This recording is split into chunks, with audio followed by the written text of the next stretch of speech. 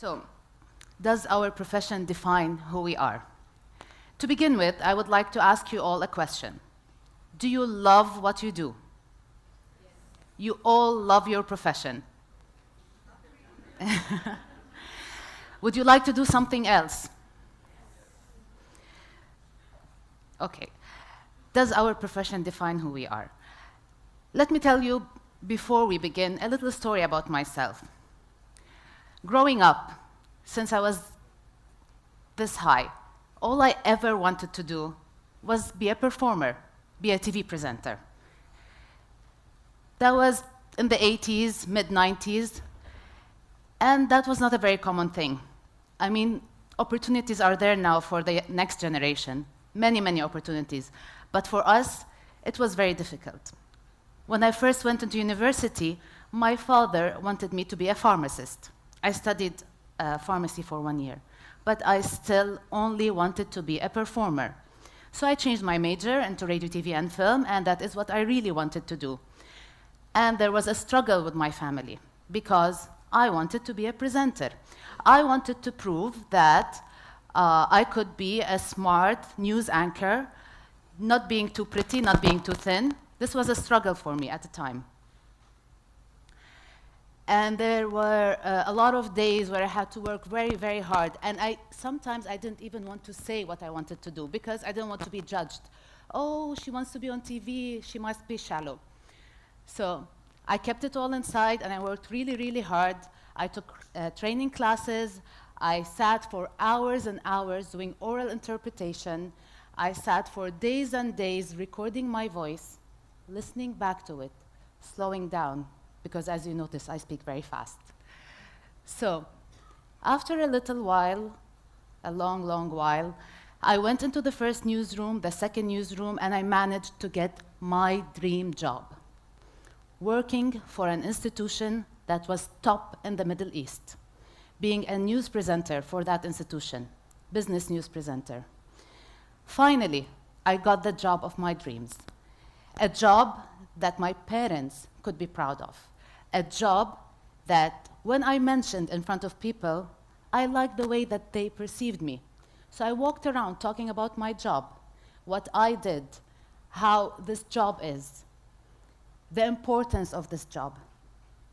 Even when I had my family, when I had my little daughter, she was maybe 2 years old, my daughter had to be very smart, because she's the daughter of a smart person. So she was 2 years old when I made her say, when I kept asking her, what does the card say? I think, therefore I am. Because Maya's daughter had to be smart, because Maya is a news presenter, and news presenters are smart. So, what is profession? In the Oxford Dictionary, profession is defined as a paid occupation, especially one that involves prolonged training and a formal qualification. Nowhere in this definition does it say that our profession is our self-worth. Nowhere in that definition does it say that people are going to judge me personally by my profession. So, when did this profession become all-consuming to me? We all know that professions are investments. I worked very, very hard to become a TV presenter. I worked really hard because this is what I wanted to do.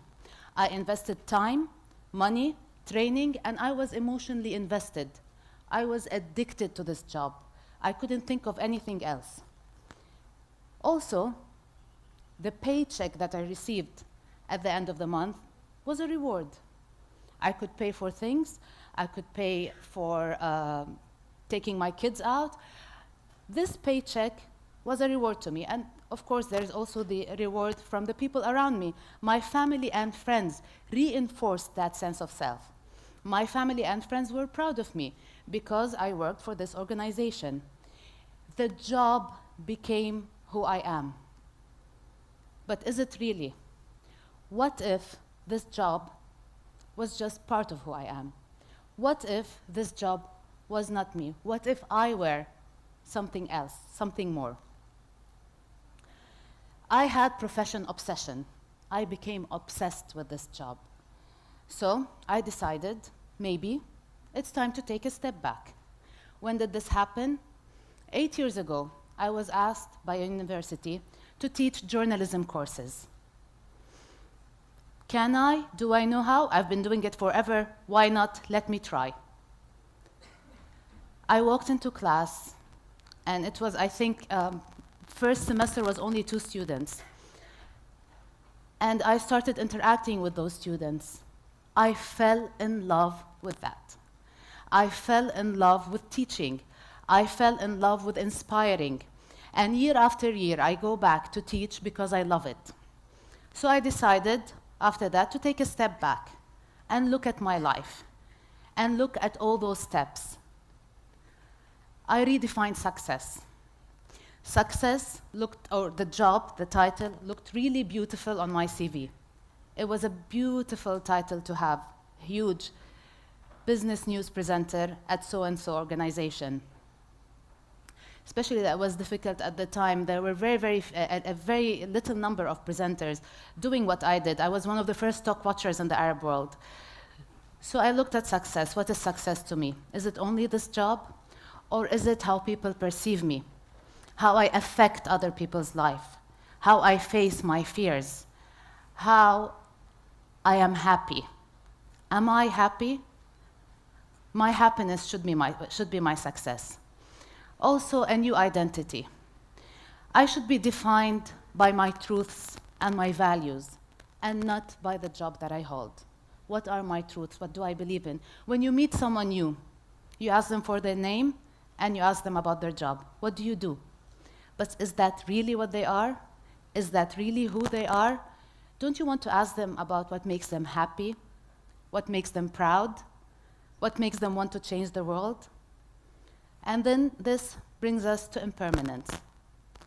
And when we talk about impermanence, we remember the most basic Buddhist principle of all, and that is nothing is permanent.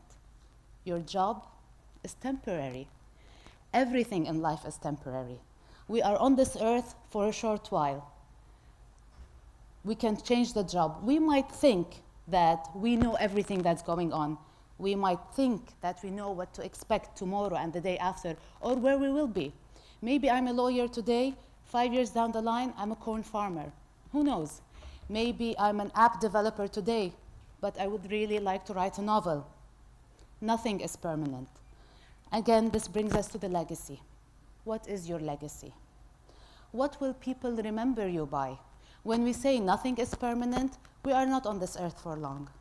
So what are we being remembered by? Is it my job title? Who will remember me? There are so many others like me. Maybe it's the way that I affect people's lives. And this is my legacy. The way that I inspire. This could be another legacy. The way that maybe my legacy is not my own job, but how I have paved the road for someone else to find their dream. If we talk a little bit more scientifically now, when we talk about professions, the world is definitely changing. I mentioned that I am a TV presenter, a business news TV presenter. I was one of the first stock watchers.